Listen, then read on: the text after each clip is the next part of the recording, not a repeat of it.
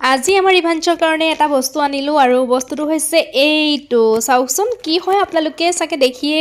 ধৰিব পাৰিছেই নহয় জানো আৰু এতিয়া দেখাব লৈছোঁ ইয়াৰ ভিতৰত কি আছে এইফালে চাওকচোন ইয়াৰ ভিতৰত আছে এইটো চাওক মানে বেবী পেচিফায়াৰ হয় ধুনীয়াকৈ আহিছে দেই কভাৰত ধুনীয়াকৈ দিছে আৰু এইটো এটা কভাৰ আছে এনেকৈ ইয়াতে ৰাখিব পাৰি আৰু যথেষ্ট ভাল হয় মই ভাল পাইছোঁ ইউজ কৰি কোম্পানীটো হৈছে ষ্টাৰ এণ্ড ডেইজি কোম্পানী লগতে এয়া হেংগিঙৰ কাৰণে এডাল ৰছীও দিছে আৰু আমাৰ ডিভান্সে এতিয়া ইউজ কৰিব চাব দেই এয়া চাওকচোন একচুৱেলি পেচিফায়াৰ ইউজ কৰালে বহুত মানে এডভান্টেজ আৰু ডিসএডভান্টেজো আছে বুলি কয় বহুতে